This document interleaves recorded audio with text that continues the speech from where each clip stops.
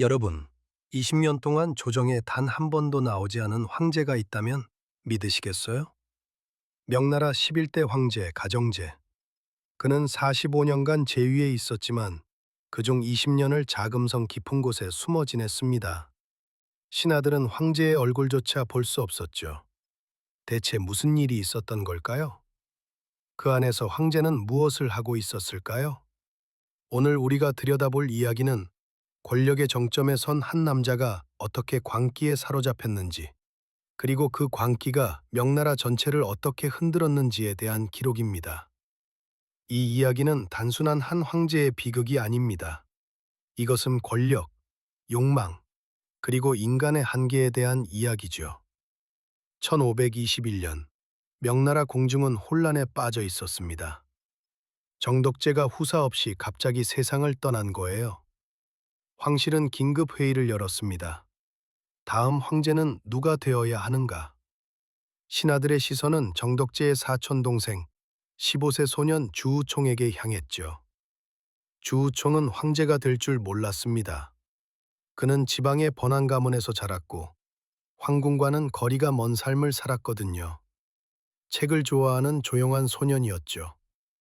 그런 그가 하루아침에 세계 최강국의 황제가 되었습니다. 상상해 보세요. 15세 소년이 갑자기 수억 명을 다스려야 하는 상황을요. 1521년 4월, 주우총은 자금성에서 황제로 즉위했습니다. 그의 연호는 가정이었어요. 가정은 훌륭한 징조라는 뜻입니다. 처음 몇 년간 가정제는 기대 이상이었습니다. 부지런히 정사를 돌보고 신하들의 말을 경청했죠. 명나라는 안정을 되찾는 것처럼 보였어요. 하지만 젊은 황제의 마음 깊은 곳에는 하나의 두려움이 자라고 있었습니다. 바로 죽음에 대한 공포였죠. 그는 생각했습니다. 나는 이제 막 권력을 잡았는데 언젠가는 이 모든 것을 잃어야 한다고? 명나라 시대. 도교는 황실과 깊은 관계를 맺고 있었습니다. 특히 연단술, 즉 불로장생의 약을 만드는 기술은 많은 황제들을 매혹시켰죠. 가정제도 예외가 아니었습니다. 그는 점점 더 도교에 심취하기 시작했어요. 처음에는 단순한 호기심이었습니다. 정말 불로장생이 가능할까? 신선이 존재할까? 1530년대 초반, 가정제는 전국의 유명한 도사들을 궁으로 불러들이기 시작했습니다.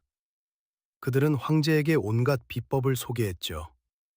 폐하, 수은과 금을 적절히 배합하면 불사의 단약을 만들 수 있습니다.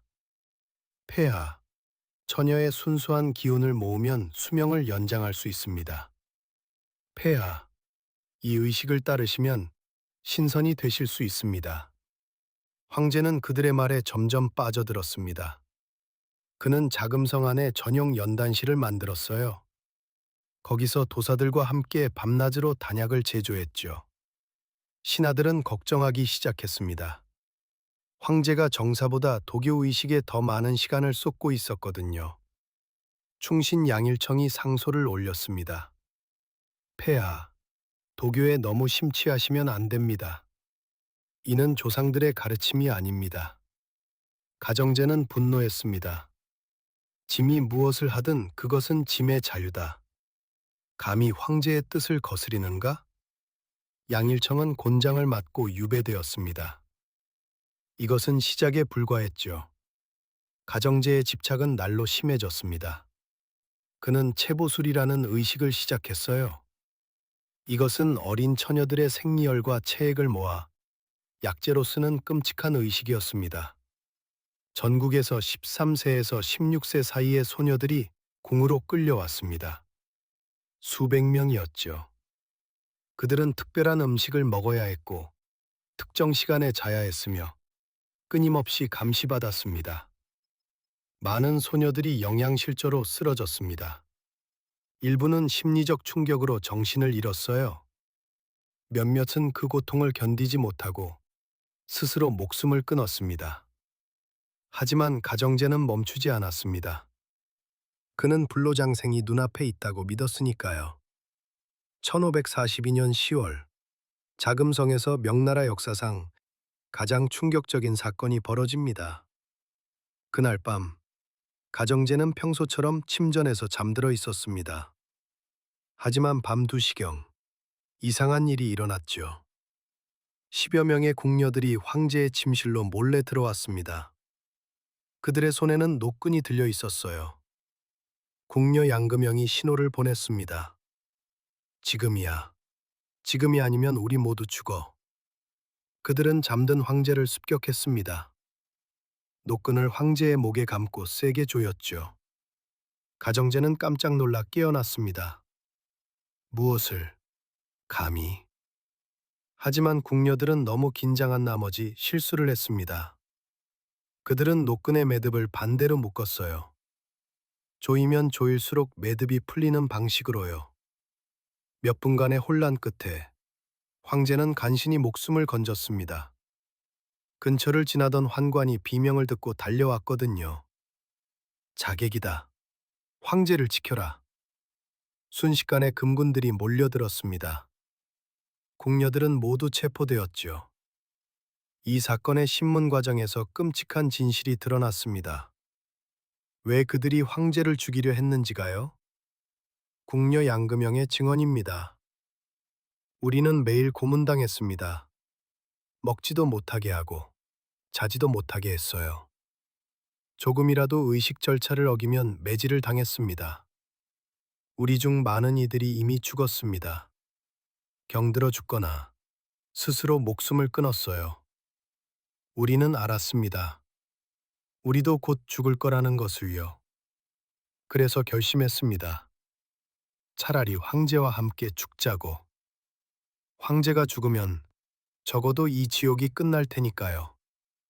하지만 가정제는 그들의 말을 듣지 않았습니다. 아니, 들으려 하지 않았죠. 감히 황제를 해치려 한 역적들이다. 모두 처형하라. 양금영을 포함한 주모자들은 능지처참으로 처형되었습니다. 연루된 궁녀 200여 명도 모두 목숨을 잃었어요. 심지어 황제는 자신을 구해준 방황호까지 의심했습니다. 방황호가 사건 당일 황제의 침실 근처에 있었다는 이유로요. 방황호는 영문도 모른 채 냉궁에 갇혔고 1년 후 의문사했습니다. 일각에서는 가정제가 그녀를 독살했다고 전해집니다. 이 사건 이후 가정제는 완전히 변했습니다. 그는 더 이상 사람을 믿지 않았어요.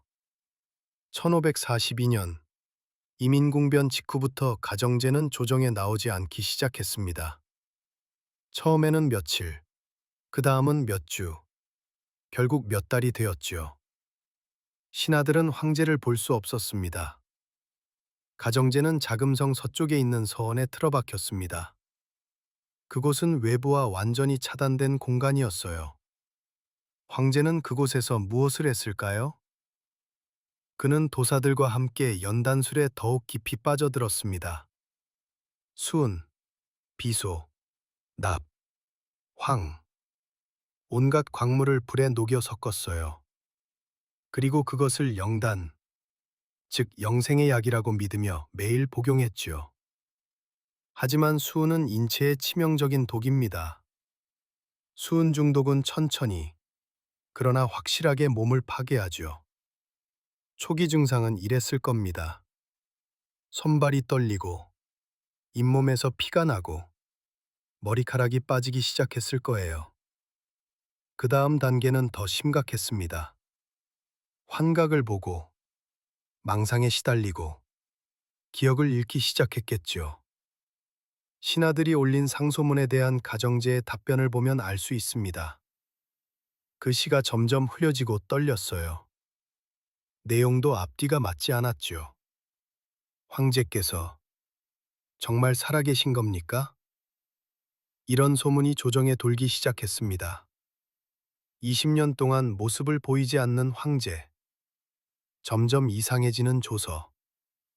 신하들은 불안해했어요. 하지만 누구도 감히 서원에 들어가 황제를 확인할 수 없었습니다.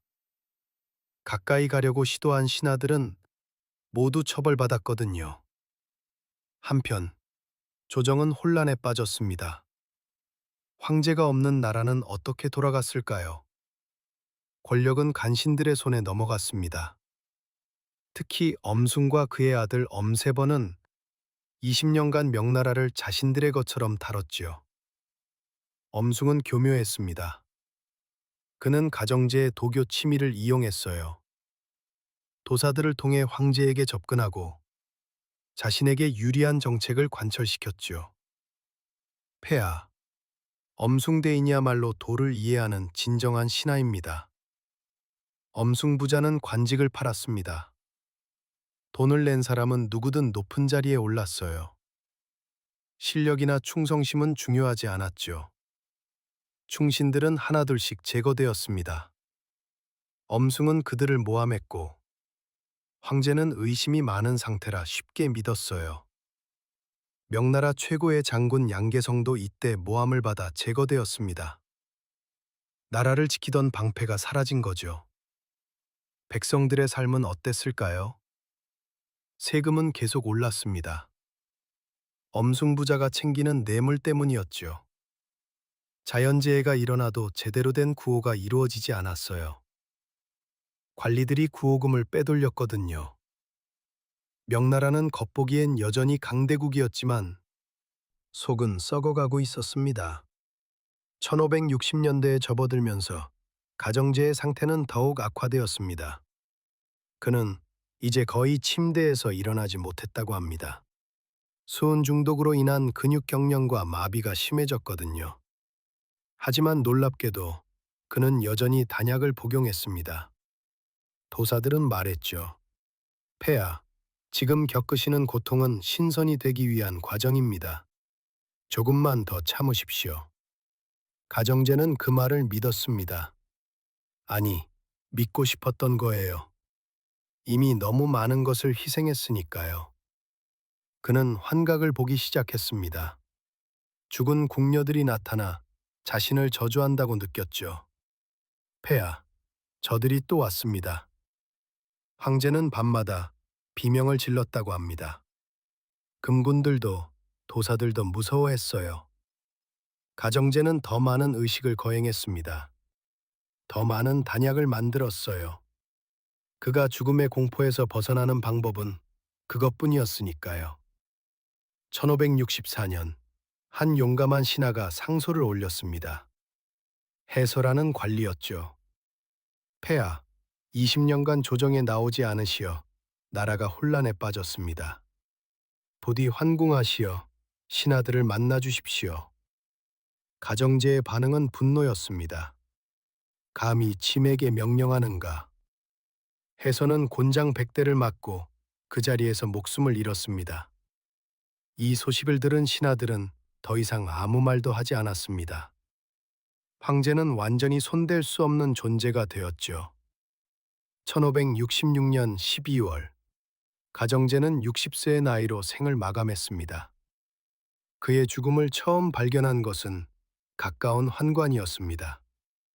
환관이 서원에 들어갔을 때 황제는 이미 차갑게 식어 있었죠.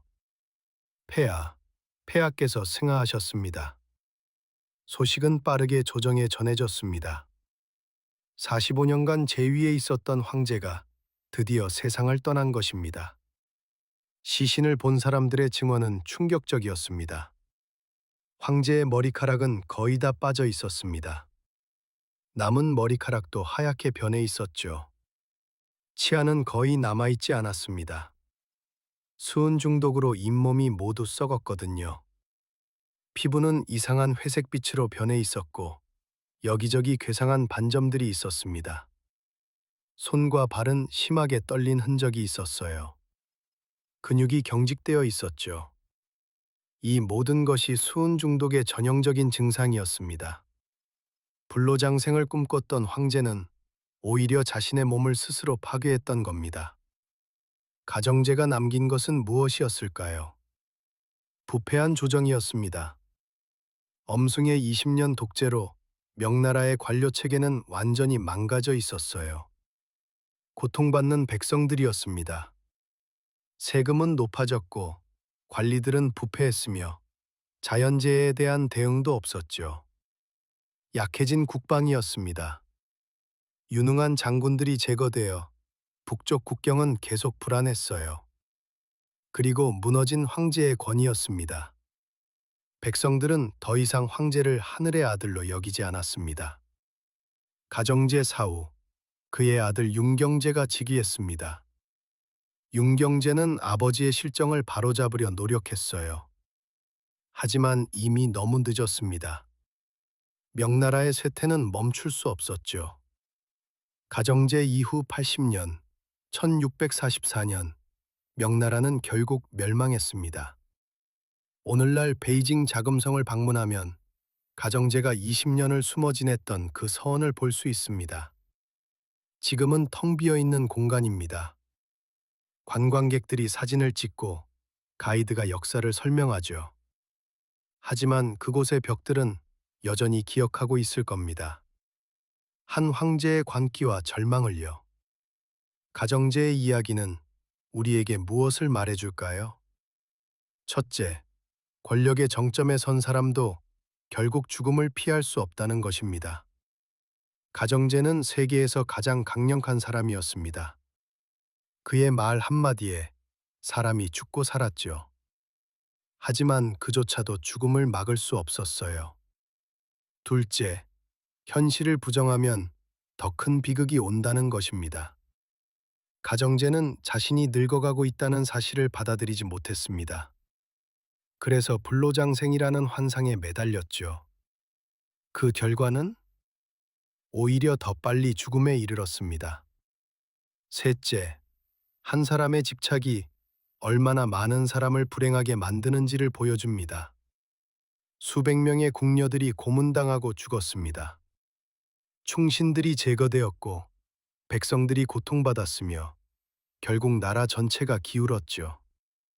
역사는 반복된다고 하죠. 오늘날에도 권력에 집착하는 사람들이 있습니다. 영생을 꿈꾸는 사람들이 있어요. 실리콘밸리의 억만장자들은 노화 방지 연구에 수억 달러를 투자합니다. 어떤 이들은 자신의 혈액을 젊은 사람의 것으로 교체하려 시도하죠. 가정제와 뭐가 다를까요? 여러분은 어떻게 생각하시나요? 만약 불로장생의 약이 정말 존재한다면 그 대가로 무엇을 포기할 수 있을까요? 권력을?